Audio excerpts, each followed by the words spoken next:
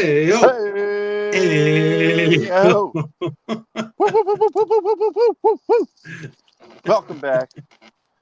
Uh, pretty, hopefully had a great weekend. Mine was Mm, pretty solid. They get to play some golf with the boys, Greg and Scrabelingus yesterday.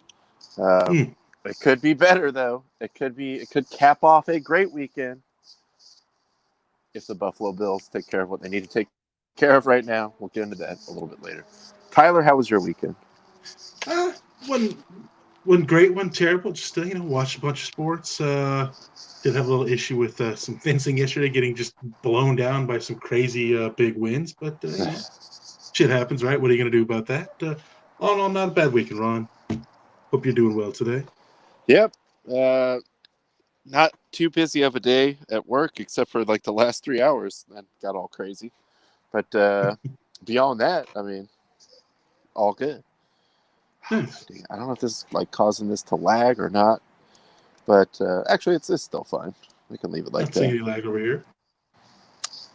I'm just give me like 30 seconds to keep the share-a-thon going over here on the Facebook side because I missed like 2 or 3 of them. But we are on, so bear with me. Hit us up in the comments. Hit us up in the link, which you will see stays on the screen now during the for today, if only for one night during the NFL recap. So It's where 3 months budget went into, was yeah, putting that on there. don't hesitate to reach out and pick up that phone, aka you just type it in your browser on your phone. Yeah. You don't need an Yeah. app, like it No. says. No app required.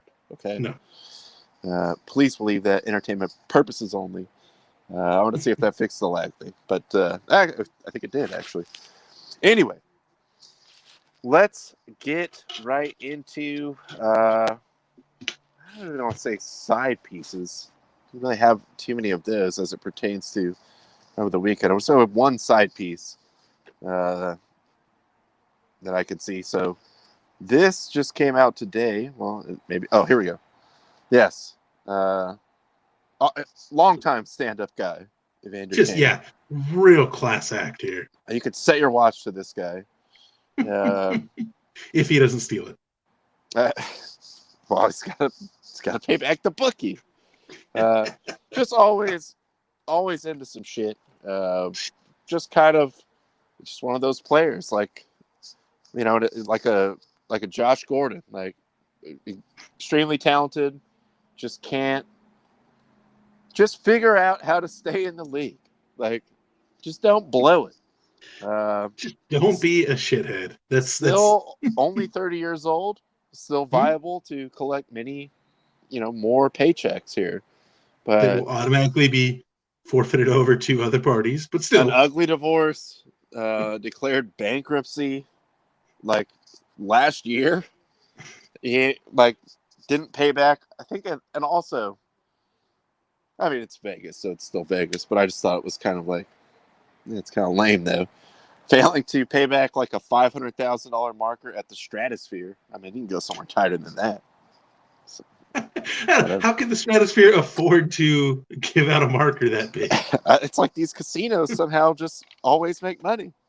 I'm just saying, like, the Stratosphere is not exactly a pop in He had a place kind of. $350,000 marker out in Prim, and they're still after him. But no, in this No, no, case, no. It's at the Gold Strike, one of those random hotels between Prim and Vegas. Like, not even actually in a city, just like in a hotel Gene, off the yes, side. in Gene, Nevada. It's the only place that still let him in a door at this point. So definitely the rocky perils of fame or whatever. I mean, he's basically been ran out of every other team. Excluding Atlanta because they moved to Winnipeg. But That's true. That's then true. he kind of forced his way out of Winnipeg. Buffalo didn't want him. Now he's on the Sharks. Rocky kind of divorce. I mean, there was some maybe domestic abuse allegations. Actually, some of that has really I not think so. gone to the legal stage. I think even at one point he had a restraining order against his now ex-wife, but still Right. just not a good look in general. Yeah. Always chaos around this guy. And then you just a fake COVID card.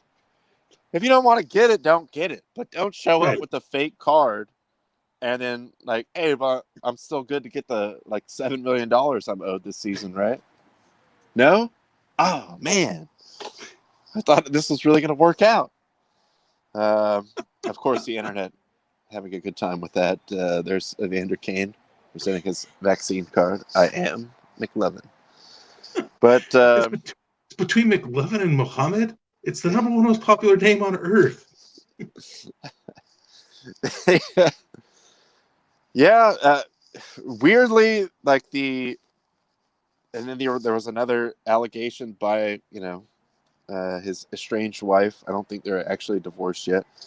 That he was betting on his own games to like recoup some of his gambling losses. So the same day, actually, the NHL cleared him on that because we couldn't substantiate any of the claims. Also gets smacked down with a 21 lost game checks for putting in a fake COVID-19 vaccination card.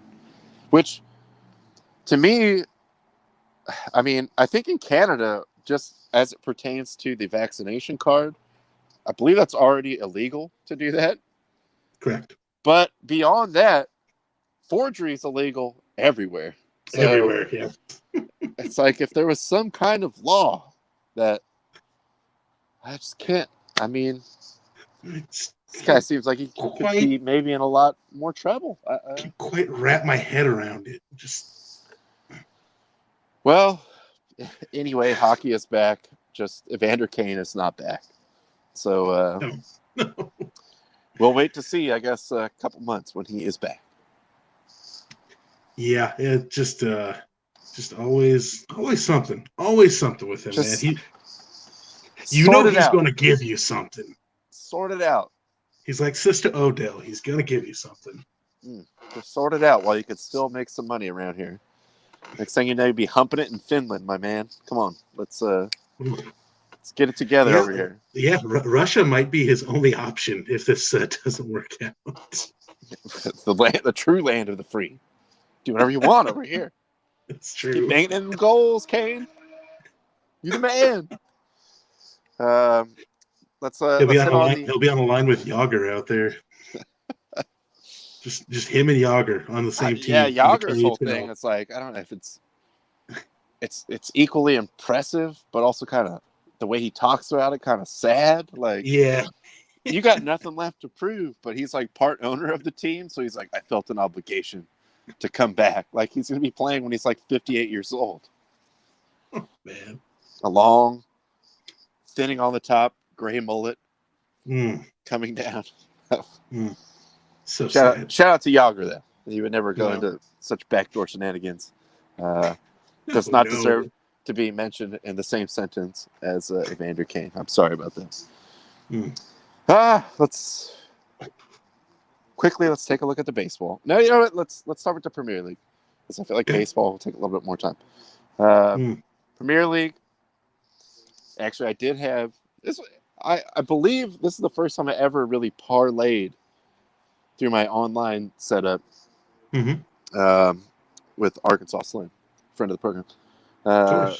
On these Premier League games, particularly weighted to Saturday, I had the West Ham game in there, which hit. Shout out. It did hit. Come on, you Irons. But it is kind of sad when your parlay blows up and it's 847. Okay, well, I guess I got to whack together some crazy college football bets now. Sure, UTEP can cover that. I don't know, dude. There's too many teams. Like, they all score a ton of points. Even UTEP. No, I mean, they don't score a ton of points, but the total points. You dare disparage the minors like that. I'm just saying. It gets hard. It's hard. It's hard. Although, I mean, usually you see that like 25, -25 Alabama, and they still cover. So, and they cover by halftime. Yeah, it's hard to like wrap your head around the numbers in college football. But I was trying to explain that to somebody over the weekend. Of just like, man, betting college football is just like, it's wild. It's wild. So wild. And a friend of the program, Braden, I know he hit at least one like 5 or 6 legger over the weekend. So shout out to him. Nice. But I'm sure he Oh had yeah. like 5 in. Right. So who knows? Hopefully he evens out. Um, but I think he's ahead on that one. Decent little chunk of change. But Good. Liverpool killed it. I think they were -3. Or no, it was over 3.5 goals in this game. Liverpool took care of that by themselves. I was going to say Firmino had a hat trick himself. Yeah, Liverpool took care of business on that one. Watford is just still real bad. They're just not Uh, good. They're Woo! The so next bad. one. I didn't have any bet on this, but this was a scene. Oh What a man. scene. And what a. I mean, this might torpedo like a good 5 weeks if you're Aston Villa. At home, and Yeah. you are up 2-0. I believe 10 In the minutes left to 80th minute. play, Yeah. and you lose 3-2. Yeah. I think I had texted you Saturday morning. Like I woke up, turned my TV on, like seconds before Wolves scored their first goal. So I was like, okay, they scored one. Oh, and then Oh, God. they just went off, scored 3 goals in 10 minutes plus extra time. I think it was like the 93rd minute was the last goal. Like, Yeah. And it was like a deflection off a yeah, set piece, but due to my wagering obligation, I was eagerly, closely following the Norwich Brighton game, which actually there was some action in there. sure. Brighton, I just needed a win, just win that game, and they had a lot of chances. They did have a lot of chances. Neil Uh, Maupay couldn't come through for you. no, just it was not to be. So that's when my parlay died. So I was bummed about that. But a little bit more wind in the sails when you flip back to all right, what game's on? Holy shit! What is going on at Aston Villa? And then I was like, they were talking about it, and their fan section sounded like they were like the home fans. Yeah, The traveling fans were blowing it up, losing their minds. I was like, something crazy must have happened. I mean, yes, 3-2, you just win, and you could see on the time, okay, but I didn't know if it was was it tied 2-2 for the last 60 minutes of the game? Until I actually saw the way the box score played out. I was like, oh no, oh no. 80 yeah. minutes, 90 minutes, 90 plus 3 or whatever. All you had to do was not give up 3 goals in 10 minutes. Couldn't do it. Can't do it. Couldn't Can't do it. do it. Can't do it. Can't do Yeah, it. that was it was just wild, kind of waking up to that, seeing just for a couple seconds, seeing 2-0 Villa, and seconds later, I think it was Romain Saiss got the first goal for the Wolves. At I home, was like, yeah. You think I all was right, like, I was let's like, oh, take the okay, air cool, out of the whatever. ball here. Let's slow it down. Guys are going to start rolling around my knee, popping back up, all the usual theatrics. And you Yeah, still could not stop that in 10 minutes. couldn't Wow. do it. Couldn't keep 3 goals out there for 10 minutes. So yeah, it's just absolutely rough for Villa. And you're right, this is something that could I mean, I haven't looked at their schedule for the next few weeks, but this could just be an absolute disaster, lingering effects for weeks on. And this might turn shit around for Wolves. They struggled at the start of the year. I think they've won their last 2 games, including this one. But in the So last 2 seasons, been a pretty solid team on the rise. Not going to win the league, right, but making moves, especially right, apparently signing every, I'll say 3.5-star Portuguese recruit, because they just yeah. have a ton of Portuguese fools They on that just they team. just go all Portugal, yeah. Except for their new striker, Quang. I can't remember what his first name is, but he's the one non-Portuguese guy on the team. But I don't know what the hell these guys are saying, Coach. yeah. What do they want me to do? I gotta get But Rosetta Stone. I'll pick up some words. also a bit of a shocker that next game down the line, Leicester just putting it to Man U. Just Yeah, absolutely putting it to him. And this was a really close game for probably 60 minutes. I think it was 0-0 for the longest time, then 1-1 for a while, then 2-2, and then Leicester's at the end just putting it to Man U. I mean, Man U's kind of a mess right now, man. There is no identity to this team. It's try and get the ball in the goal, or try and get the ball near the goal, and hope Ronaldo pulls something out, because there's when I watch it, there's just no organization to them. yeah, and I really thought kind of the older, more chilled out Ronaldo would be, and just the fact that they were able to sign him would kind of like, maybe that gets kind of Pogba, like, lock more into it. But obviously that has not happened. And it is an older Ronaldo. He's not going to be just like banging out 2, sometimes 3 games a week. Other guys do have to step up on what is still a very talented team. I am trying to figure out a way to get producer Tanaya the link for reasons that may be revealed later on in this program. But I don't have a way to do that as of yet, but I'm efforting on that. Yeah, just not great. I mean, I feel like the thing about Man United is every week it's like, all right, let's stay with Ole. Next week, Ole out. Like every single hang one. on, I can get her the link. All right. While Tyler does that, I will force us back into the correct orientation here. Man City being Burnley, nobody's surprised at all by that. Maybe that they didn't score more goals. Man, this was the parlay killer for me was Brighton at Norwich. Actually did end up being an entertaining game, but a lot of chances for both. More for Brighton, especially at the end, but just couldn't get one over the line. A rare 1-0 defeat for Leeds. That is always shocking and upsetting. And Chelsea going to Brentford. This game was great. Obviously, I was pulling for Brentford, but I just thought it was a good game all around.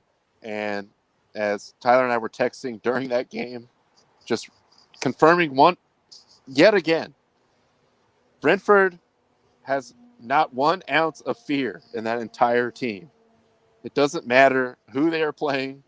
They could be playing Real Madrid. They would still be trying to score like every single time they get the ball, which I love. And I think they will be staying up in the league. But at the end, it was just wild. I mean, Brentford probably had like 18 good chances in the last 20 minutes of the game where they were so close to scoring. I think they hit the post 2 or 3 times. Just chances everywhere. This game was Brentford could really they have a hard time having any boring games. That's basically the way I view that team. They're not going to win the league, but they are wildly entertaining to watch. I mean, they're just, I don't know if you said it because I was kind of off for a second to have my headphones on, but I mean, they're just fearless. Like, they literally do not give a fuck who they're playing. It's just like, yeah, fuck it. Like, I don't care. We're going to go for the win. Regardless of the situation, regardless of the opponent, we're just going to fucking go for it. And it's kind of just that thing of the lesser teams, talking money-wise, prestige-wise, whatever, don't normally play against the big boy teams like that. So it kind of puts them back on their heels like, man, these guys are still really just trying to score right now. Like Chelsea fell like right into the trap. Like there was like a good 20-minute chunk of the game where it was all Brentford. And they were just like sitting, like they were playing how you would think Brentford would play that game against Chelsea, like bunker down, pray Super they don't defensive. score. Like everyone behind the halfway line. And they're just like hanging on. Like Lukaku's up at the top, yelling back at guys. The goalie was playing out of his mind for Chelsea. If he didn't have such a great game, he's unreal. They probably would have messed around and lost this game. But yeah, it was just funny to me to see like the super bazillion-dollar roster of Chelsea. And then you have Lukaku up top, who did have a good game, and the goalie who had a great game. And they're just both yelling back like, what the hell are we doing? It's Brentford. And Brentford was just like, no fucks given, dude. We're all gas, no brakes, ever. They are just a team full of Leroy Jenkinses. Just like, we're going for it. We saw the end of the Liverpool game earlier this year where Klopp and the guy's name escapes me. I apologize for the coach for Brentford. We're both just standing up on the sideline like, it's in God's hands now. Like it's 3-3 and it might be 7-7, like the way this is going. And then Tuchel was up on the touchline too. Like, coaching his ass off. Like, what the hell? These guys are not going to stop. Like, you have to actually win this game. So that was entertaining. Like I said, I love the way Brentford has gone about this Premier League campaign. Shout out to the Hammers getting the win. I didn't get to see it. I wasn't up. I think I was awake for probably with like the tail end part of it, but I was getting ready to go golf. But a nice win against kind of a team that you think would be, when it's all shaken out, like around their same area in the table. So, I think West Ham is a better team, but Everton is not that much worse of a team. No. So, we're not talking about like Watford here, like teams that you want to beat at the end to get that little. I got to say this because I did wake up to watch that game. Angelo Ogbonna getting the winning header around the 70-minute mark. Shout out to the crowd at Goodison Park for paying tribute to the quarantine times, because I swear that crowd was quiet the entire game. So shout out to them for that lovely, touching tribute. I was just shocked. Like honestly, during the game, I'm like, is there I can see a crowd. I can see there are people there. Nobody's making any noise. Just kind of shocking. You expect a little bit more from a team with a little bit more history, a little more, maybe not like a high prestige team, but they're, like they've always been like a team kind of like just outside. A notable team. Top. Yeah. Yeah. So that surprised me most about the game was just, again, that. And but shout out Declan Rice. Kurt Zuma was just a brick wall in the back. Ogbonna was a brick wall getting the game-winning goal. Shout out to them. Again, good win. Take the 3 points to the road every time. We're going to see if we have on the line here, speaking of, international sporting events, but I believe we have field correspondent, producer Tanaya, at a, what is always a relevant event wherever it happens in the world, because it is actually Mr. Worldwide. Do we have producer Tanaya at the Mr. Worldwide? I'm here. 305? What's up, Tanaya? It's really loud, so I can barely hear you. But fun story, about 45 minutes ago, I was literally in our kitchen eating spaghetti and having a glass of wine. And I got a call from this guy right here. This is Matt, everybody. What's up? Wait, where are you? Hello, Matt. There you are. He's dark. So he's like, hey, we have tickets to see Pitbull on the Midway. On the Midway. I can see the lights in the background. So that's... Yeah, so you can see like a classic Mr. Worldwide move right here. So get this, I had no idea what I was coming into. I literally was just like, all right, finished my spaghetti, flossed a little bit, and ran out the door. Took a shot of tequila on the way out, and it's actually there's a mortgage banker conference going on, which I didn't know about because I'm not in the business deep enough yet to know that. And Ron, you will appreciate this. I don't know if you can see the little light right up here, but it's sponsored by Freedom Mortgage. Hey, shout out to Freedom Mortgage. And also, it would not shock me at all if Pitbull does turn out to actually be a licensed loan officer. That's his actual dream. Music is just what he does to help find it. I had to keep the lights on, so I became Pitbull. But what I really want to do is something with mortgages. So anyway, I told Ron that I would call in while I was here. Pitbull's not on yet, but we just got here, and here we are at this thing that's, I guess, a business thing. I have no idea. I literally came in not knowing what I was doing. It's Mr. Worldwide. It's all business with Pitbull. He can show up anywhere. Actually, he's not on stage yet because he's performing at the neighbor's house right now. And then he's waiting for an Uber to get down to the Midway. So there you go. Take plenty of pictures and videos and have a good time with Mr. 305. Enjoy the show tonight. Pitbull. There's a live update from producer Tanaya. The producer, she always just do the fun stuff while we're here doing the show. Slaving away. I mean, I heard his earlier set from across the fence, but true, it's true. Kind of drowned out by the chicken coop. I don't know. And then just to wrap it up, Spurs with the 3-2 win over Newcastle. Man, Newcastle, it's getting a little dicey over there. They're They're not not good. good. They're going to buy an entirely new roster in the January transfer window. And maybe bring Tony Poulos back or something like that. Caretaker, it's coming. I feel like it's coming. And Arsenal staving off a crushing defeat to Crystal Palace at home. I believe Arsenal took the lead like 5 minutes into the game or something like that. Crystal Palace I came think back.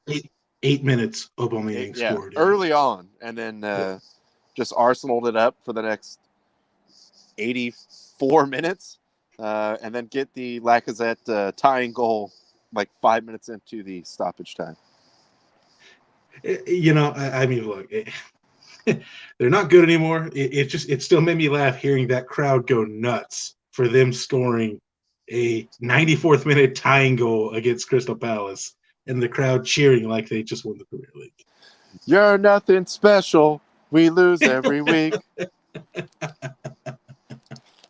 At least, shout out to the self-aware Arsenal fans, just realizing how much of a bum team you have become. Mm-hmm. But maybe brighter days are ahead. Let's get on to the baseball.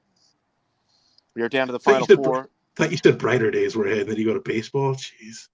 Well, I mean, maybe they are. I don't know. I don't know how many times insanely the Dodgers want to try to run their rotation all over the place. We will see what happens. It has not paid off in the first two. No. And my fear was that it did work in the clinching game against the Giants. Oh, they're going to be trying this like every day, which has turned out to be the case so far. Yeah, I mean, look, obviously that is an issue. Like that, it's unquestionably an issue. But this team's batting. Like they have no problem getting men on base. They have no problem getting the first two guys of the inning on base. But they are, in these first two games, 2 for 18 with runners in scoring position. Both those hits are by the same person. So take Chris Taylor out of this lineup, they're like 0 for 15 with runners in scoring position. 17 men left on base in 2 games. It's like you can't do that because Atlanta can just score runs like instantly. They don't leave guys on base. When somebody gets on base, they hit a home run and bring them in. So like these bats got to wake the fuck up, man. Like they got to quit pissing themselves in big situations. And on top of that, the defense too. I mean, I know Corey Seager's bad play at the end of the game, absolutely. But like AJ Pollock allowing a runner to tag up from first to second on a like medium fly ball, like I've literally never seen that happen before. Steven Souza, A, why is he on the field in the 8th inning? B, what was he doing in right field? Like that run up to the ball that was hit in shallow right field. Like I just, there's so much that this team is doing wrong. I'm like, man, you can't tempt fate twice. Like you got away with it last year going down 3-1. I don't think they're going to get away with it this year if they keep this up. Well, and I think kind of in a way, Brentford is kind of a good allegory to what the Braves are doing. They're just playing it more aggressive. You see Washington sending everyone home. The way they're letting their pitchers pitch, throw whatever you want in any count. The Dodgers are just striking out on terrible pitches. They're swinging at everything. Yes. The first 2 games, they came out like it's pretty clear. Like, okay, the mandate was you guys can be aggressive. Let's try to put some runs up. Let's try to just like bury these guys. And the Braves have called their bluff, and they're just getting them to strike out on pitches that are not close to strikes. I mean, they're like 3-1. All right, well, traditional wisdom would say we need a strike here. Throw a fastball. No, you throw whatever you want. Curveball, slider, whatever. And the Dodgers are falling for it. A lot of first pitch breaking balls as well. Yeah, there were 2 or 3 at-bats from the 6th inning on last night where a Braves pitcher did not throw a single pitch in the strike zone and got the strikeout. Like, the fuck are they? I mean, Pollock, again, like his at-bat was just god-awful when the Dodgers had the bases loaded. Will Smith had another one against Will Smith in the 8th inning that, again, nothing in the strike zone, swings at all of them. Just I'm more mad about them being down 2-0 with their performance than I was last year when they were down 3-1. I think, yeah, that's fair to say. definitely expected them to win one of those games. Yeah. And they had a chance to win both of those games Yes, and they did not did. do it. So we'll see what happens tomorrow. I know the Braves recently have not played well at Dodger Stadium, but it's also one of those things in the playoffs. I kind of diminish that a little bit because the hot Doesn't team really matter. is the hot Yeah. team, and the Yeah. confident team is the most dangerous team. And again, don't take this as sour grapes as like their only win because the Dodgers are fucking up. Like shout out to the Braves because when they're getting these moments, they are making it happen. Big hits. I mean, you leave a hanging pitch to Jock, he's going to hit it 500 feet. Austin Riley, young, thick, just coming up with all kinds of crazy hits, clutch hits. I mean, just shout out to the Braves. And speaking of hot teams, also, actually, let me see if we got a final here. It is not a final yet, but the Red Sox currently up 11-3 on Houston, about to take a 2-1 lead in that one. Boston with yet another grand slam, their third one in 3 games. Third one in 2 games, actually.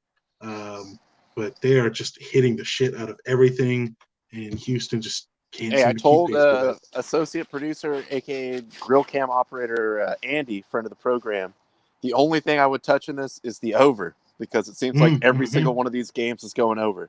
Whether the Red Sox have to do it alone, or if the Astros hit, it's going to be like combined 14 runs in every game. So look out for that. I think Boston is handling the over by themselves just fine. Yeah, I think it was 9 this morning. At game time, it was 9.5. But yeah, that would be the one safe bet. And it's hard to even pick. I was like, because he was asking for a pick, like who do you think is going to win? It's like, I don't know, maybe the home team, but it's hard to pick between these two teams because they score a lot. And once they start scoring, sometimes you just can't stop it. And the pitch, this is kind of the inverse over here on the National League side, where the pitching is great, offense not at the same level of either of those two teams, just as far as like the output. But it's just going to be like a runs galore when those two teams get together. Yep. Oh, there you go. Barron update us. Rafael Devers with another home run. It's not Boston up 12-3. Well, called it on the over. I'm just saying that. But also entertainment purposes only. Just please believe that. Let's get over to the football now. And let's start in the college ranks. Some notable results this weekend and one particularly insane scene that we will get into probably to cap this segment off. Scenes on the field, on the pitch, whatever you want to call it. But before we get there, let's take a look at, this was probably like one of the big marquee, 2 undefeated SEC teams coming into it. I think they said it was like the first time, and I don't know how long, 2 undefeated SEC East teams met this late in the season. Kentucky has had a nice resurgent year, couple of years really, but Georgia's they're just damn good. I mean, their defense is great. Kentucky was trying to, I know they have the guy that's their offensive coordinator now. It comes from the Rams, McVay. We're going to spread it out. We're going to have all these kind of, you don't know who's going to get the ball all the time things. And it has worked for them, but Georgia's defense is just really, really good. Yeah, I mean, I think it's 538 just said like Georgia's on pace to actually be possibly the best defense of all time in college football. So just unreal. Number one defense of all time. But shout out to Kentucky. They covered. They did cover. Some late scores to cover there by Kentucky. So, good teams win, great teams cover. That's right. And I did call that cover, by the way. I'm just saying. You did call it. You did. Moving on, of course, we have the traditional terrible loss for Iowa. You always know it's coming. I didn't expect it to come at home. But Purdue, just the giant slayers, I guess, over there. They got Ohio State last year. And now they take down number 2. Well, at that time, Iowa. If you're a number 2 team, if you're a number 2 ranked team and you're hosting Purdue, just kiss that ranking goodbye. It's again, Ohio State was 2 when they lost to Purdue at home. Iowa number 2 lose to Purdue at home. Just a shocking display. Like Iowa's had a really good defense all year, and I know it says only 24 points, but they just could not stop Purdue. Just like lengthy drive after lengthy drive after lengthy drive. If your stadium has a tunnel big enough enough to accommodate that giant drum, you're screwed. That's it. So, That's you know, Notre Dame dodged that. That's true. It doesn't fit. I mean, we can't do anything. That's the key to their powers is that drum, man. It just has it's like the Undertaker's urn. It has some mystic quality to it. But I was still hoping up until game time, like some rich alumnus would come through, like, we will airdrop the drum just into fly the it stadium. in. Yeah. I'll bring the chopper.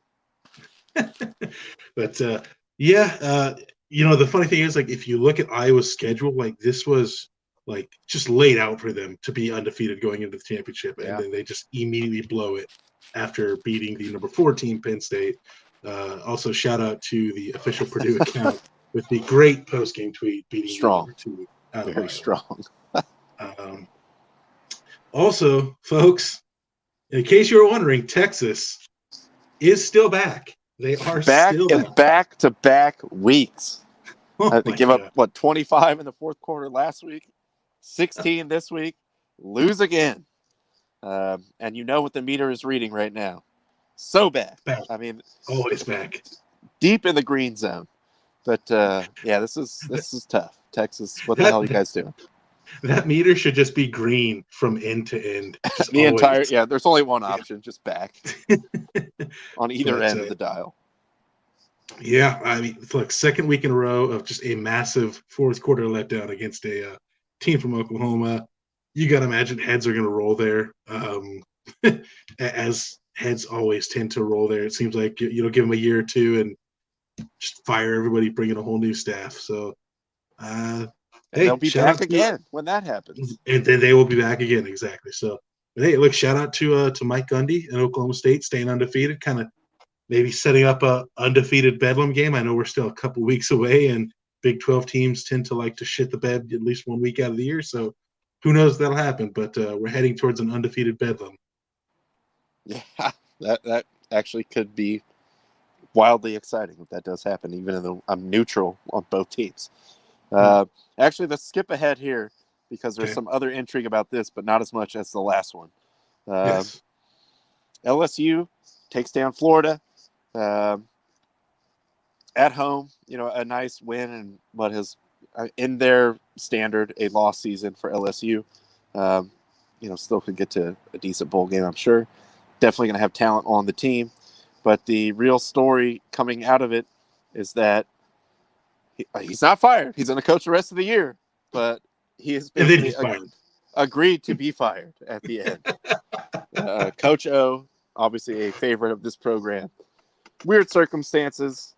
Definitely not, you know, great last 2 seasons. But again, it has not even been 2 years since they won the national championship. So it kind of seems like a quick hook.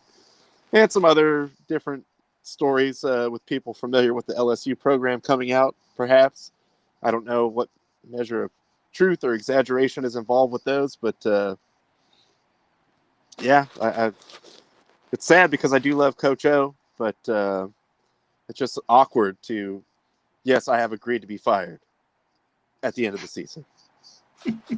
Yeah, really weird. Again, especially considering, you know, they've just won their last 2 games and this big one against Florida. LSU always loves to beat Florida, and then this comes out. So I know you had told me, like, you know, kind of reportedly the talks to end his time started a couple weeks ago before they got on this little win streak here, and then like you also said, a bunch of stories coming out involving him and lots of women in the area. Who knows what's true? We don't know yet. Just good time down there in the bayou now that he is. Coach O is divorced now, Look, so he's shooting his shot. Have you heard that man's voice? It is enchanting. All right, nobody can resist that. Right. Go Tag. Yeah, just weird. I mean, look, unless something like really heinous comes out about these stories, you got to imagine he will land somewhere very quickly. Like he is still a good coach. Lovable coach. Great recruiter as well. Really good recruiter. Yeah, like you got to imagine he will land somewhere very quickly. But just kind of really weird circumstances all around. It's clearing the path back to USC. Oh my God. we need more Coach O just on TV somewhere. Could be anywhere. That's true. Yeah, it could be. Yeah, let's get some more used car commercials. Come on. Speaking of former USC coaches. We had the Lane Kiffin Bowl returns to Tennessee at the helm of the 13th ranked and only one loss Ole Miss team. You knew there was going to be some kind of drama, and there was definitely way more than what we expected. Ole Miss did win, but the end just devolved into absolute batshit insanity. Tyler, if you want to kind of walk us up to that. Yeah, so late in the game, Tennessee was driving. They're down. Actually, I think the score was still 31-26. They're down. They go on a long fourth down play. Receiver catches the ball, comes up real close to the first down marker. They called him short. The officials reviewed it. They determined that their call on the field was correct, so he was short. They turned the ball over to Ole Miss with about a minute left. And the fans did not like that. The Tennessee, the volunteer Navy, they did not like that. And they began throwing all kinds of stuff onto the field. This one in particular kind of being just the encapsulated it. The lasting image of the game, somebody just throwing a bottle of mustard, but fans were throwing water bottles. Fans threw golf balls at Lane Kiffin. You can see there he has the golf ball in his hand, which I believe he kept also. Classic Lane Train move. This wasn't just like fans like just threw it for like 10 seconds. This was going on for minutes. Like it was a 20-minute delay in the game. They evacuated the cheerleaders, the dance squad, and the marching band from the field for their protection. A couple things leading up to the fan displeasure with the spot. Yes, it was kind of a borderline, could go either way. But it was ruled short on the field, and I didn't think there wasn't enough evidence to overturn the call on the field. Sure. And then here comes the golf balls, water bottles, mustard bottle, etc. Here come the pretzels. Just a scene all around. I mean, just insane scene. I believe it came out today. It was a $250,000 fine for the University of Tennessee. But yes, the fact that you have to get your own band evacuated, and then you have to pipe in Rocky Top later on, because the game wasn't over. My whole thing was, okay, you didn't convert. It's a tough call. It sucks if you're really going for Tennessee. I know, 99% of the people in that stadium obviously were, but the two plays before that, their timeouts too. It started 4th and 20, or it started 2nd and 27. Right. So they're backed up. They run 2 plays that net them 3 yards. So that's already your team's fault. The quarterback ran out of bounds on the first one. This was before the backup quarterback got in there. So his Hooker still in there. Just takes a nothing play. We're going for it on 4th down in this situation. So get something, fall forward. No, you just burn that one down. They gained 3 yards on the next one. Then they miraculously almost convert on the 4th and 24. The fans go just totally insane. They still have 3 timeouts left. The referees definitely would have just canceled the game at that point when the riot broke out.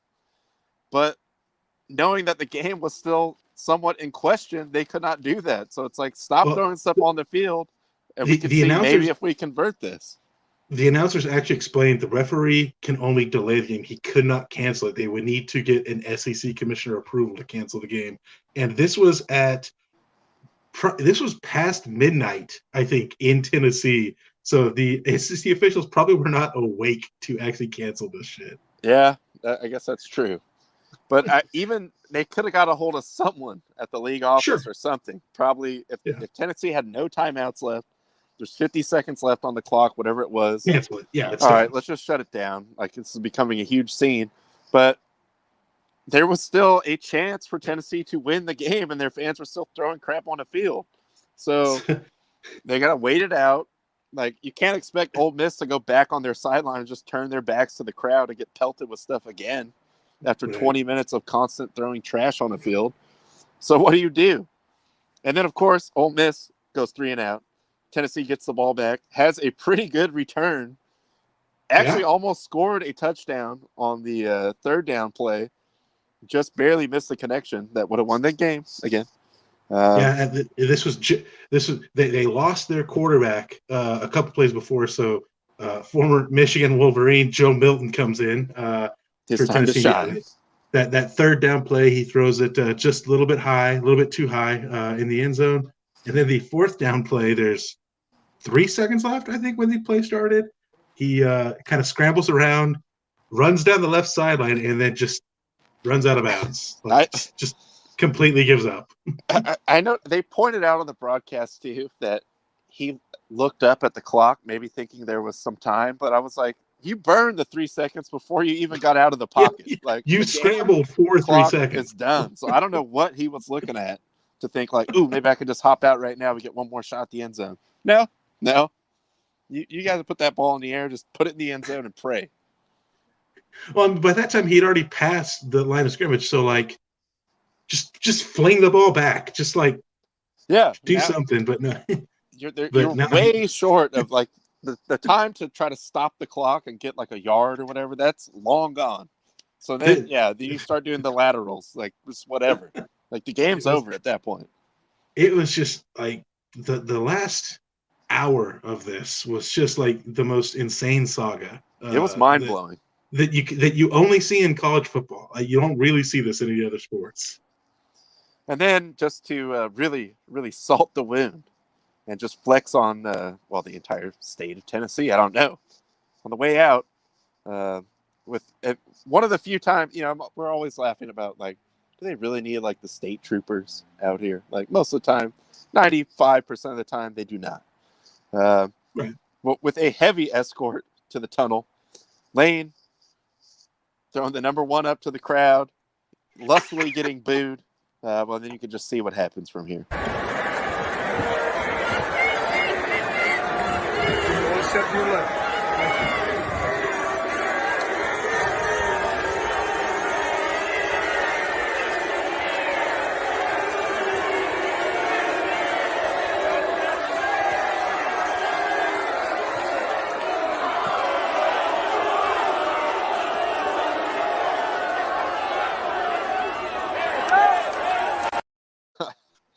And one lucky fan leaves with a Lane Kiffin game-worn visor. My take from that, apparently the state troopers need Lane Kiffin more than he needs them because they both ducked. He just didn't even hesitate. Just threw his hands up, caught it, and kept going. Didn't even break his stride. Did not break stride. He just OBJ'd that straight up. Wow. Probably has the water bottle as well next to the golf ball on his mantle right now. My dude, Joey Freshwater, just like, I would hate it if he coached my team. I would genuinely hate it if he coached Michigan, but I fucking love just following this dude's career. It's absolutely incredible. And the early odds favorite to take the LSU job. But again, entertainment purposes only. Please believe that. I think it's like plus 250. Leader in the clubhouse right now. Man. Let's get on to the professional ranks. Dude, actually, as we do that, I have to look at. Do you want to know? Because I refreshed the score. Yeah, just tell me because I thought it was going bad anyway. Buffalo had a chance to win it, 4th and 2 on the goal line, and they failed. They lose 34-31. Tight. Well, there goes leg 5 of my Thursday, Sunday, Monday parlay, and I thought that was one of the safest ones. Bills on the money line. Didn't have to cover nothing. Just win. Look, you talked about it earlier. You lost a parlay. You'd rather lose the parlays early. Like these, losing on the last leg is the absolute worst. That is the worst. And also that means that Coach, a friend of the program, friend of Nick in Mission Valley, also does end up beating me. Nick in Mission Valley. In fantasy football. God, it's a life of pain. It's a life of pain. Look, bro, he had Derrick Henry going. Like, it was a loss for you no matter what. Let's not kid ourselves. That was a long shot. I just thought the Bills could win and Derrick Henry could still get his, 32 fantasy points, and I'll lose that, but I'll win my parlay. But no. Let me just take a quick look here. 20 carries, 143 yards, 3 touchdowns. That's 20 carries. That might be his season low. That's uncharacteristically low for him, in fact. Julio, But 3 catches, 59 yards. Yeah, well, then that's just another dagger. A dagger through my heart. Hmm. I don't want to talk about it. I'm Let's talk sorry. about more positive things. Let's take a look at the Sunday morning games. The morning game, the real morning game, out in foggy London town at the Tottenham Hotspur Stadium. Jacksonville gets a win. Their first win in like 20 games. Right. Obviously, the first win win for Lawrence and for Urban Meyer. Since week 1 of last year, their first win. On a game-winning field goal. Covered the 1.5 also. But, man, the Dolphins are just bad. They're a mess. Man. They're bad. No one wants to go to that London game. I get it. It's a pain in the ass for everyone in the middle of the season to have to deal with that. But, one person is extremely happy about that, and it's Urban Meyer. Oh, that dude! That dude was hitting up the pubs and finding. He was looking for a West End girl that night. I'll tell you that much. Call him a pet shop boy. That's yeah.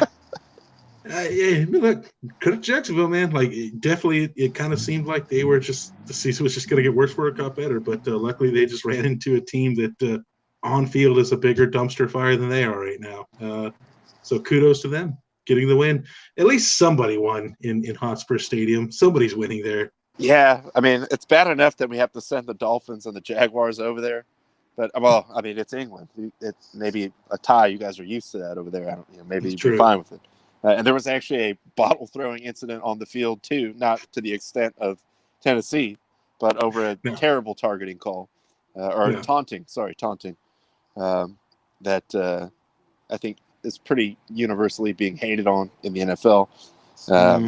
Maybe they could tweak it, but definitely don't keep it the same as what it is right now because it's really bad. On to the next one, I will defer to Tyler. Look at that score, man. There's not much to say. My theory was, because the Chargers have a bye week next week, my theory was they looked at the schedule backwards. Also, Baron, please say less. Don't tell me that. Don't tell me that. Like, my theory is the Chargers thought they had a bye week this week. They were in Baltimore next week. And then Saturday night at like 11:30, somebody sent out a mass text like, guys, get to the airport now. We got to be in Baltimore in like 12 hours. Like, we got a game. All credit in the world to Baltimore. They showed up. They showed up and played like they were playing a battle between two of the top teams in the NFL. The Chargers, nobody showed up. The players didn't show up. The coaching staff didn't show up. Just an all-out miserable performance. Hopefully they can just go into the bye week, get refocused. They have a nice, easy slate of games coming up here. Some get-right games, so get back into it. I'm not worried about, long, 1,000-yard view. I'm not too worried about it. I feel like every team has that one game every year where it's just like nothing goes right. Hopefully this is it. They can get shit back together. But credit to Baltimore, man. I mean, Lamar Jackson, like, I think if you just look at the numbers, like, the guy kind of has to be the MVP right now. Like, he accounts for something like 90% of Baltimore's offense. It's just even without the numbers, just by the eye test, take him off that team. What is that team? Like, without him, you're right. It's average. Crazy. Like, they are just like a rotating set of like old running backs, a constant rotation of just like, guys that would be like number 2 or number 3 receivers on any other team. And like Andrews is like the consistent factor tight end. Like it's really amazing what he is doing with that team. And he has the most wins of all time for a quarterback under 25. And it is, I mean, it is sort of similar to like, this is like the NFL version of trying to play defense against like Navy. Like every play is like a triple option. Like anyone can get the ball, just take off running. Like, but Navy does not have Lamar Jackson either. So he's just a freak, like world-class sprinter level athlete.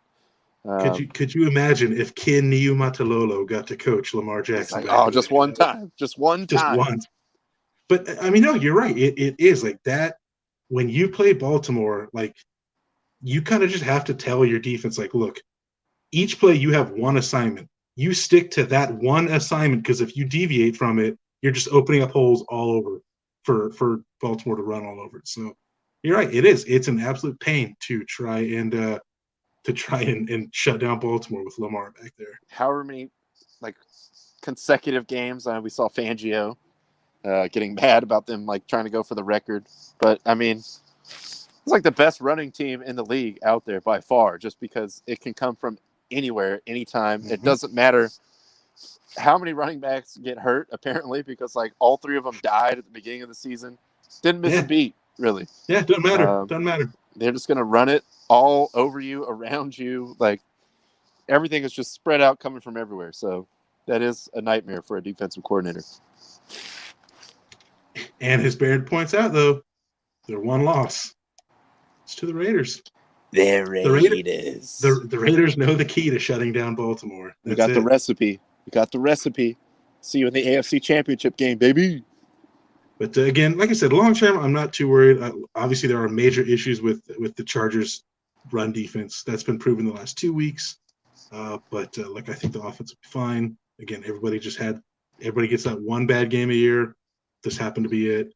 You'd rather have it earlier on, especially I'd rather have it earlier on, and I'd rather have it to a good team. Like this is a game where it's like, look, if the Chargers lost a close game, whatever, I could get over it. If you have that bad game against a terrible team, that's when it sucks. That's when it hurts. And the earlier it happens, potentially there's more opportunity for that to become like hey, we gotta refocus here. Like we know we're good, we can get this back on track. But if you have that bad loss at the end of the season to a bad team, sometimes it just torpedoes the whole thing. Like, oh man, we do still suck, and then go from there. Minnesota, Carolina, more late kicking dramatics for the Vikings. Oh boy. Some crazy brawls there in the stadium that I saw some video of as well. Oh my God, those were some of those guys. Like, where did you learn to punch? Like, oh man, yeah.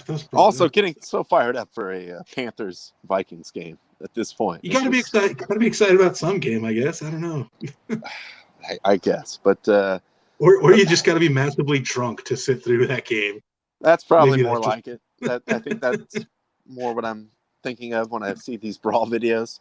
But that's the long and short. Yeah. Minnesota, though. Yeah, nice. Hey, Kathy, what's up? A shout out.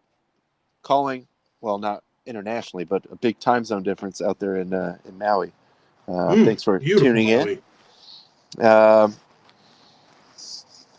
I guess by any means for the Vikings getting these.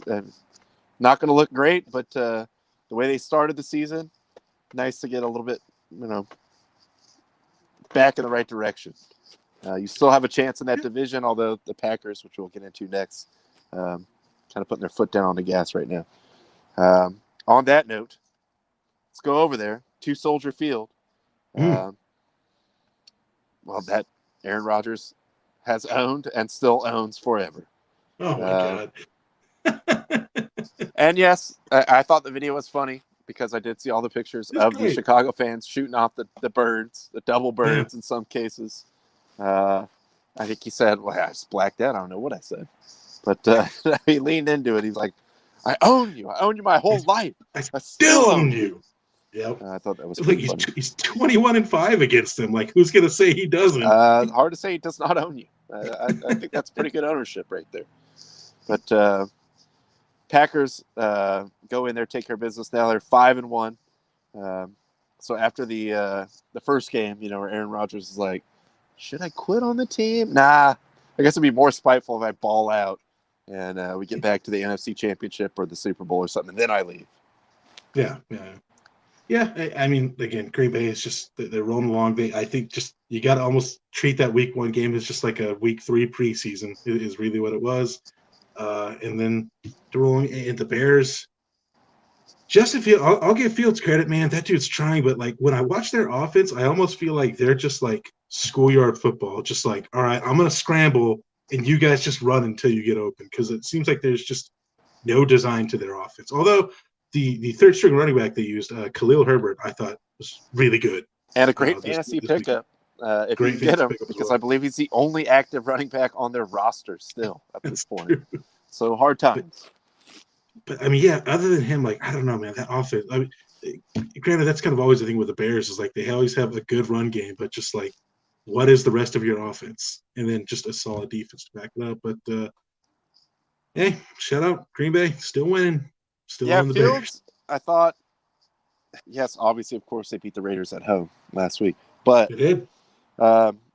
still, definitely had some Fields moments, or also like, this is the offense that I'm in now, like, holy crap kind of thing. But I will give him credit that he bounced back from some pretty dramatic punishment early on in the game, because that was clearly the Raiders' game plan. And when that did not work, or they just saw they were just going to keep collecting personal fouls, they just sucked.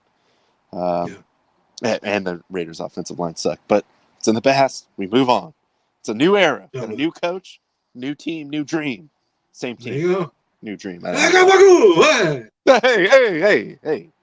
We'll get into that later. But next game up, Cincinnati just beat the shit out of Detroit. This was never even a contest. This was a great cover for my parlay. Great cover for the parlay. This was probably the most resoundingly I think we've seen Detroit get beat. This, look, this year they've been in every game. They've been super competitive. Cincinnati just right off the bat was like, "No, like we aren't even going to give you the chance to stay around with us." I know people aren't going to look into it much because, again, it's Detroit. But like this Bengals team is fucking good this year, man. Like they are good. They're still. I still don't think they're getting the respect they probably deserve. Like people are still thinking like, it's still just the Bengals. It's just Detroit they beat. Like this Bengals team is good, man. Yeah, the offensive line has been better than I thought it was going to be. Burrow, the defense is good. He's still a little bit. You could see he's slowly coming around to like, dude, just slide. Sometimes just slide, but. He's still like kind of makes me nervous sometimes. Like, dude, we don't have to be taking that hit in the second quarter. Like, it's okay. Mixon looked good. Obviously, Chase looked great. Chase is a monster. I mean, their connection has been just undeniable so far this season. And the Bengals are, I think, a for real team. The Lions, it's just more Lionsing. Now it's getting into like the. I don't know what is that song? The bleak midwinter, and you still don't have a win. I mean, it's not midwinter yet, but it's in that locker room. It's got to feel like it. We had, Motor City Dan crying last week, and he's basically. I wouldn't say he was putting it all on Goff, but just kind of calling out like he's got to do better. Everyone's got to do better, sort of thing. Like we got to get a win here at some point. Like I don't think they're going to just stop trying, but. The longer it goes without getting a win, the worse it gets for the coach and the locker room and everything. So I thought the Bengals would cover. Obviously, I took them in the parlay. I didn't think it was going to be that one-sided of an absolute beatdown. But, tough times. Tough times in the Motor City. Speaking of tough times, Indy hard times. Hard times, Daddy. Again, this one, same case. Indy just right out the gate was just like, all right, we're just going to bury you right away. Like, we're not even going to give you a chance. Not that Houston really did. I mean, look, ever since they lost Taylor, their offense has just been an absolute disarray. Houston is like a borderline NFL team right now. I mean, they're like not presenting a challenge really to anyone. Like, it's one of those games where it's like, if they played Bama, like, I'm sure the NFL team would be the favorite, but it'd be a pretty close spread. It'd be real thin. Yeah. Houston is just in disarray. Like the whole, like we kind of made it go away, but it's not gone away. Watson thing, like just you can't play, but we can't trade you. And then if we could trade you, we're going to trade you to a team that you probably can't play for them for like 8 weeks. So what do we do here? That whole like cloud hanging over the team is a thing. Let's also not forget they had a wide receiver in DeAndre Hopkins who the year before had not dropped a single pass thrown to him, and they were like, we can get rid of that guy. We don't need him. And then traded him away. So. I'm sure he's not thriving at all right now. No, wait, he is. He's absolutely thriving. But Jonathan Taylor really getting going now, just running all over Houston. I think he had was like an 83-yard touchdown run, something like that in the second quarter. 2 sprains back there. Now is he done? No sprains now? I mean, he's probably, it's like nagging a little bit, but I think I he's mean, close to no sprains. sprains don't really go away. They're always kind of there, I but know yeah, McAfee was excited. It was like, I saw him just take a sack. I was like so proud. Like, just go down, let the guy just, take you down, and don't try to like run out of there and get your leg ripped off. So Indy, I mean, look, that's a terrible division. It's the Titans and everybody else. No, the And the Titans, best team in the league. I was actually just to say, even at times this year, the Titans have not looked that great. So Best as team long in as the league. Indy can keep pace, they've still got a shot at that division. But it's pretty much them and Tennessee. So Yeah. So they're just trying to keep pace at this point in time. Move on to the later slate. The Rams just beat the piss out of the Giants. That was another one I had on, and the points. Rams cover that easily, 7.5 even on the road. And they smashed right through that. I mean, they just blew that away. The Giants are just, man, they're bad. Well, I mean, look, they were going up against, the Giants didn't have Saquon Barkley. They had Daniel Jones, but Lord knows that man shouldn't have been on the field. He should be under like 24-hour watch at this point in time. Yes. Don't let him go to sleep, for the love of God. Just really keep an eye on that guy. I mean, I don't think this was really unexpected. The Rams just go into the Meadowlands, beat the crap out of the Giants. The Giants are terrible. The Rams are still really good. So no surprises there. Next game we have here. Oh boy, this one. So Kansas City, you can see there, beats Washington. Surprise, surprise, Washington was actually up 13-10 at the half. Kansas City just not looking great. Just some terrible turnovers by the offense. Kansas City's still got the turnover problem. They go into halftime, and we will touch on halftime in just a moment. But then in the second half, Kansas City just kind of goes out there and just boat races Washington like everybody expected them to. I think no surprises by the final score, maybe just a little bit surprising by how it happened. This was also the first decent performance by Kansas City's defense. They've been notoriously giving up, 30, 35 points a game. They finally hold a, really bad Washington offense to 13 points. So still plenty of question about Kansas City's defense, but kind of the big talking point from the game Saturday, which we touched on it on Friday, was Washington retiring the late Sean Taylor's number at halftime. And they held a ceremony for it here, and you can see that is the younger brother of Patrick Mahomes standing on the 21 that was spray painted onto the sideline there in honor of Sean Taylor. That's Patrick Mahomes' little brother standing on there so he could do himself a TikTok dance. This was already a really bad look by the Washington organization as a whole, the way they handled this, announcing it several days in advance. Supposedly members of Sean Taylor's family didn't even know it was happening, despite Washington saying like, oh no, we planned this a long time ago. Giving away rally towels that were originally made for a game years ago, just kind of leftover towels they had for Sean Taylor, and then having Mahomes' little brother dance on Sean Taylor's number on the sideline. Since then, I know he has issued an apology for it. I believe I saw an apology this morning saying that, they told me to stand there. I didn't realize what I was standing on, blah, blah, blah. Just a really terrible look for just a, we said it on Friday, Sean Taylor's number deserved to be retired. It absolutely should be retired. I'm glad at some point in time it was retired. But the whole process Washington has gone about doing this has just been absolutely awful. And as we have Ronnie back here, and then again, just to make it even worse is again just having the opponent's quarterback's brother dance on the number. Just really, Washington just handled this so bad the entire way through, and of course, all this being on top of them being investigated by the NFL for all the emails for their, which I'm sure had nothing to do with it. No, nothing at all. So I've seen some things also from football team fans, just pointing out like how half-assed the ceremony was. Mm-hmm. They basically like had a street naming thing, even though the street was already named after him, and then it's like pictures of the ceremony where they're doing the thing. It's like in front of the porta potties. It's like Dan Snyder showed up to like the reception with the family wasn't he with wearing like a a hoodie. sweater? Yeah. Yeah. Just everything they do is just like, we all knew what this was at the beginning, but at least like go all out for it to make it look like it wasn't just obviously that. But nah, like it's clearly this was slapped together in like 4 days. Yeah. So then, of course, internet stay undefeated there. That was a nice little meme that came out basically saying like, hey, learn bro, from one of the legends, man. He's just trying to kick down the knowledge. You can get away from your shitty little brother. You're like, you can do it. You can get away from them. So they're holding you back, bro. Come on. Stop just getting these rings.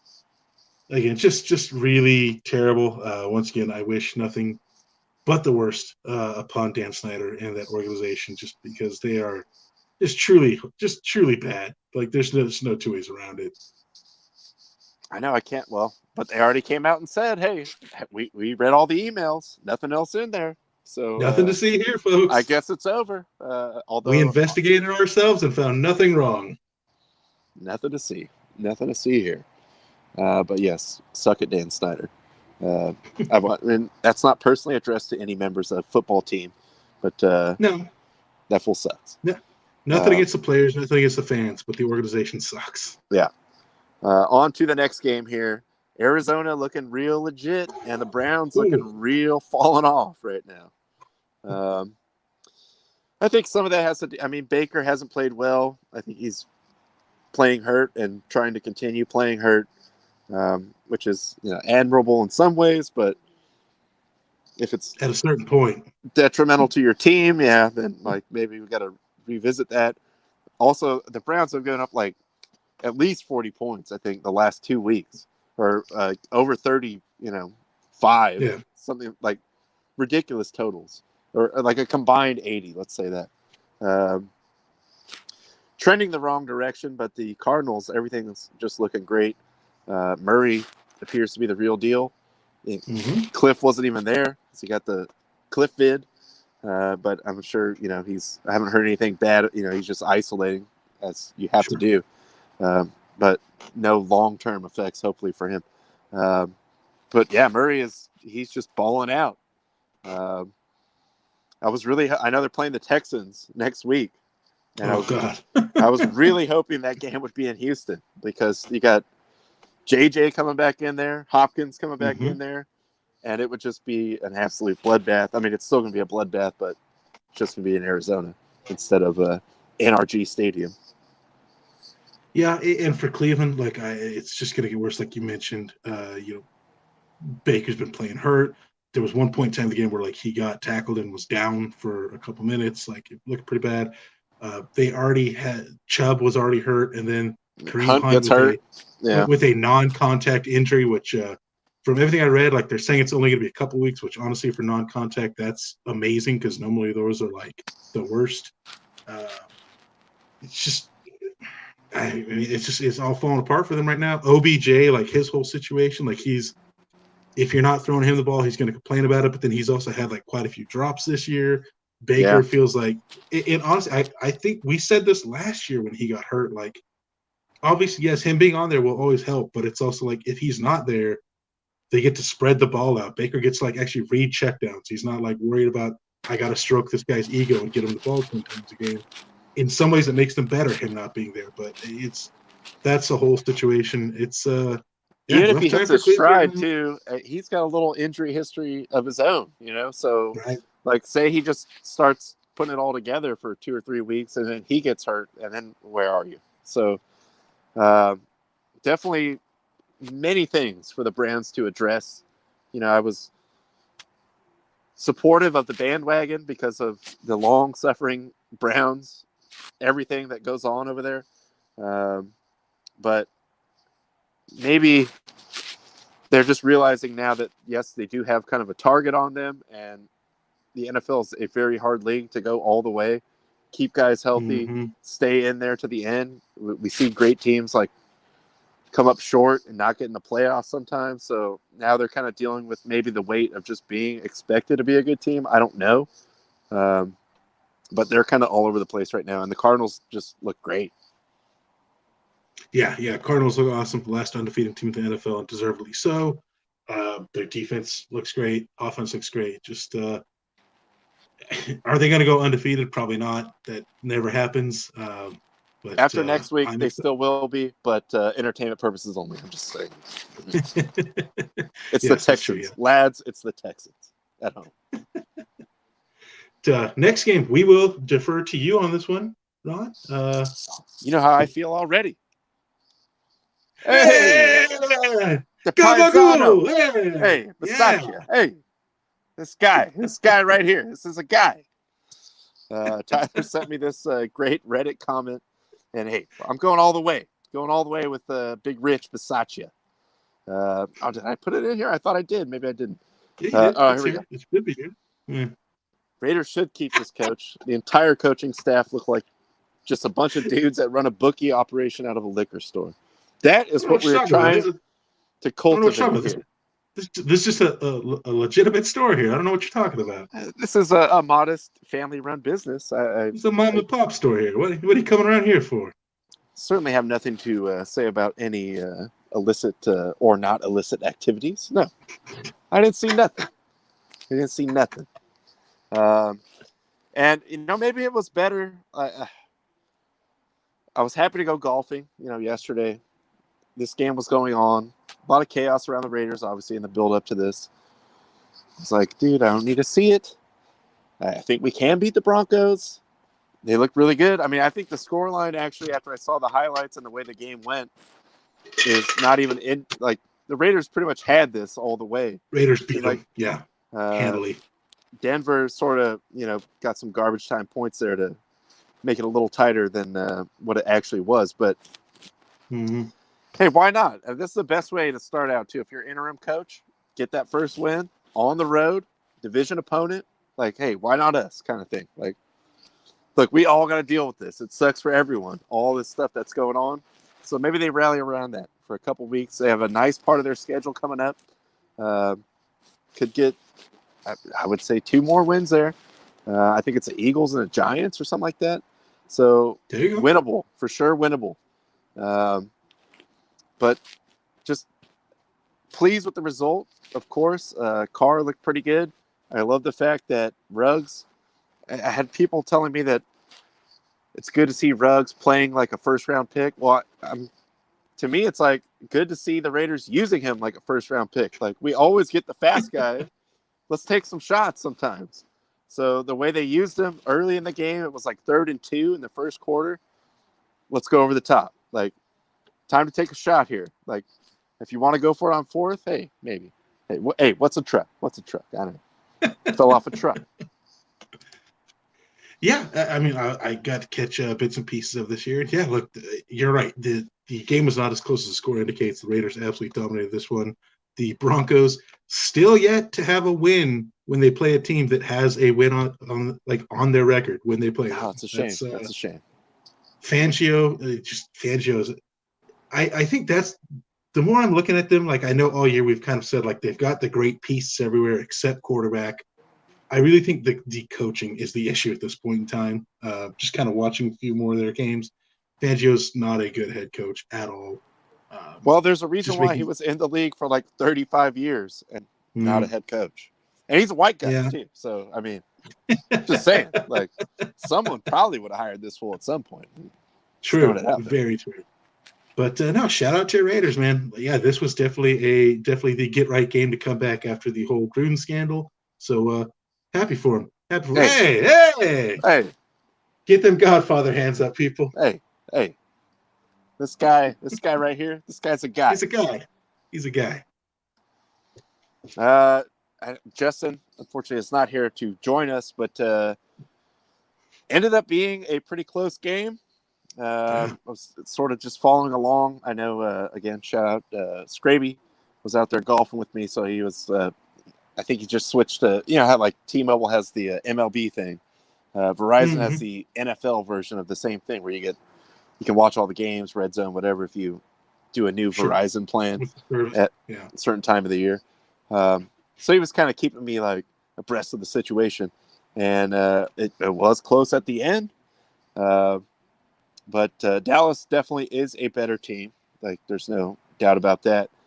And I think for the Patriots, man, the big free agents, it's just, I don't know. I mean, Mac Jones, yes, there's going to be growing pains as the rookie quarterback and the first round pick kind of guy, but I don't think he's been the problem. I think they spent like No. $170 million in guaranteed money for Hunter Henry, Jonnu, and someone else that I can't think of right now. Wide receiver. Either way, you got to help him out a little bit here. It's just not deserving of the money that you splashed out here. And maybe Belichick, his track record is not the best when it comes to some of these kind of, when they do actually open up the purse strings or when they let him pick the draft picks and that kind of thing. So, we'll see what happens. But closer than I expected it to be, but the outcome that I expected as well.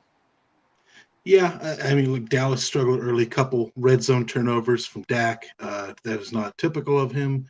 That kind of really kind of put them behind the eight ball for a while. You're right about Mac Jones. Like he's not bad. I just feel like he's not great either. He's kind of like He's Mr. not Check blowing Down. me away, but it's like rookie quarterback, and you're starting right away. Like I'll give a leash to that, Sure. Like I don't think he's really been the reason why they've lost these games. Agreed. You're gonna have growing pains. You're gonna have to like learn. Like, man, these guys are really fast. Like everyone's really good. So that all comes with it. But the more damning thing to me is all the money they spent in the free agency that they're not getting the return on the investment for so far. Yeah, and for Dallas again, Trayvon Diggs, another interception. This one he returned for a touchdown.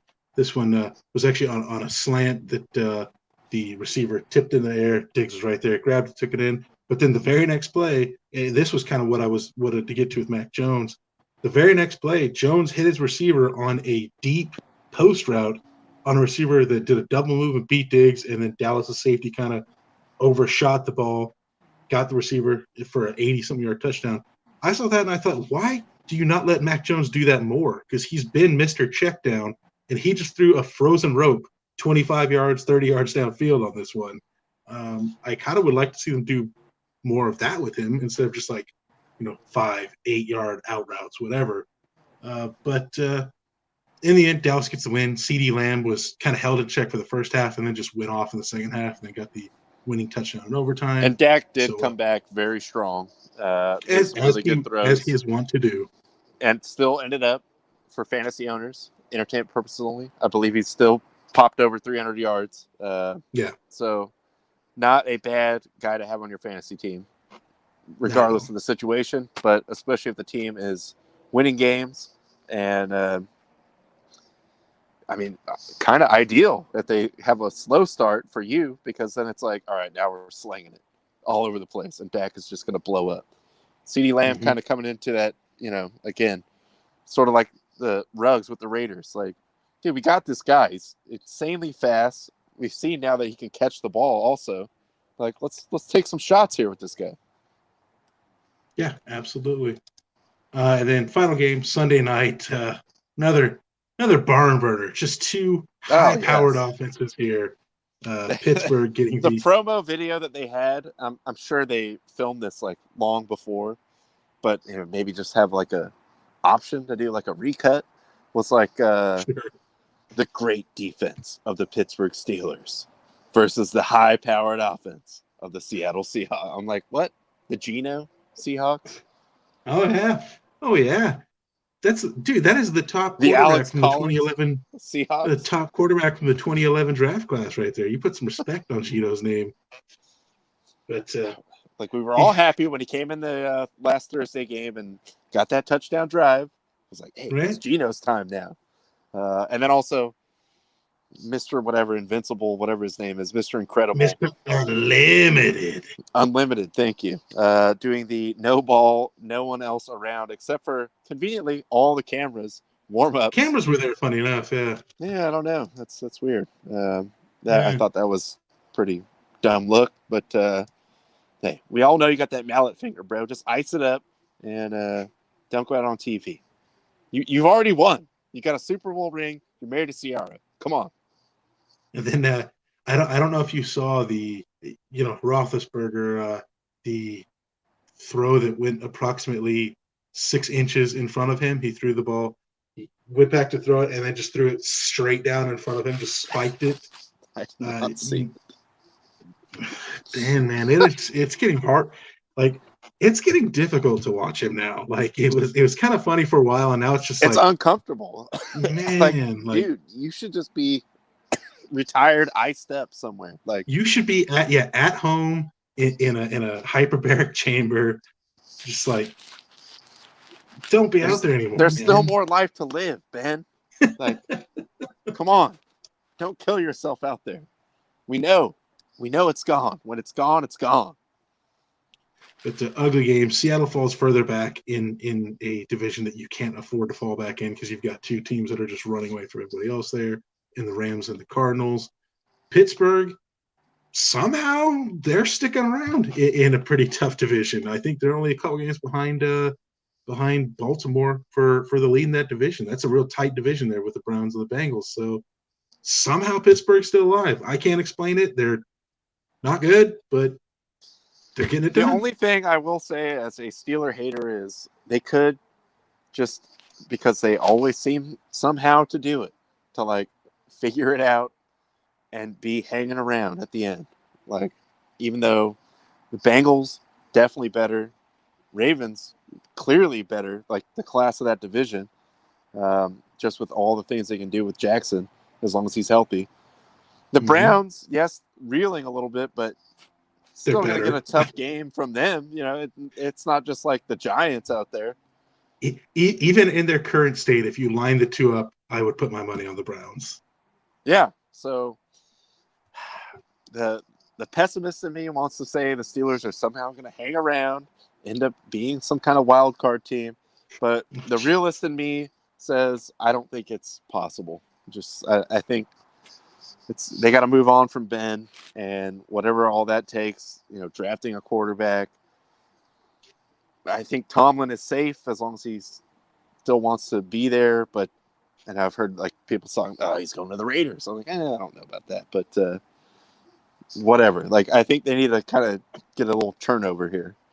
Only if he really wants to, because Pittsburgh's not a franchise that fires their coaches. They just kind of let their coaches coach until they don't do anymore. So yeah, come to the Raiders. We have like a new coach every 3 years. That'll be great. It's definitely something you're used to.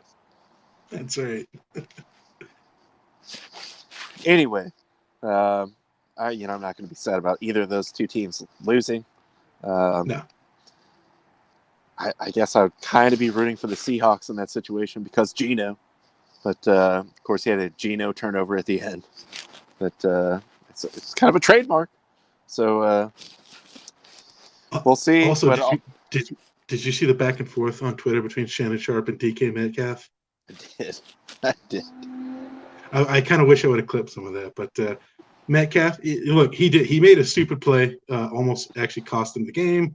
A lot of people calling him out about it, including Shannon Sharp. That led to a nice back and forth. So if you just go to either one's Twitter account, you will see them going at it. Shannon Sharp saying it was a dumb play, and Metcalf calling what do he call him, little man, some shit like that. Like, yeah, I mean, still at this current stage where they both are, see these two guys get together and brawl it out.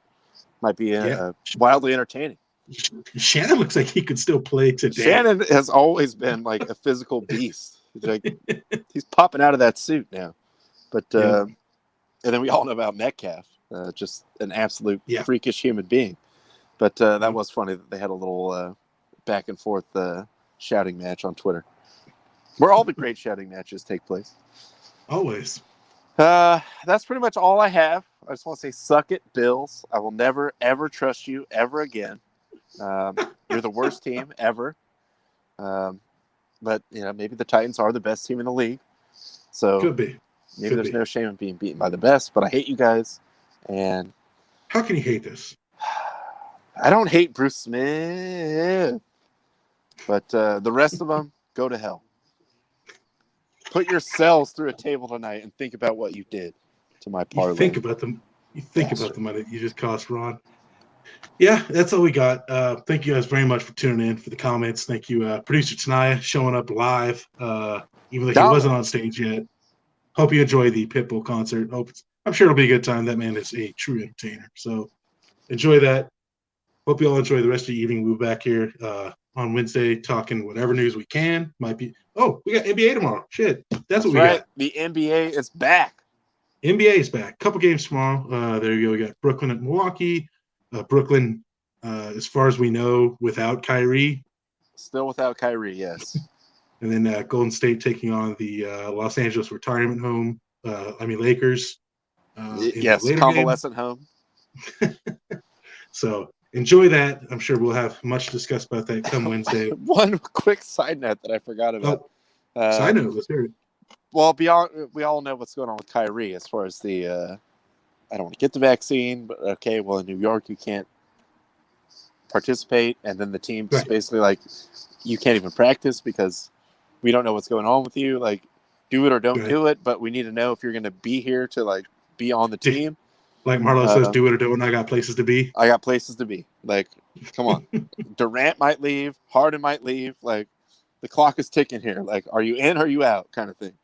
I did think it was funny that because of what's all going on with Seattle, talk is coming up, maybe get Cam Newton, bring him in there. I know that I don't think it was Pete Carroll. I think some insider or representative of the team said the only quarterback they've officially worked out is Bortles, my guy. Blake. So far. But immediately, like, it leaks out or becomes public knowledge that Cam has gotten the vaccine. Like, all right, now's my time. Like, hey, Okay. I'm down. There you go. Get one more crack at it. So I just Why thought not? the timing was funny. Like, oh, wait. And also, I'm fully vaccinated, ready to rock. Well, there we go, folks. That long national nightmare is over. Cam Newton is vaccinated. And on that bombshell, we will take our leave. Thank you all so much for tuning in. We're back here on Wednesday. You guys know the drill. We love you. Keep the fire. Versace, hey. Versace, hey. Hey! This guy.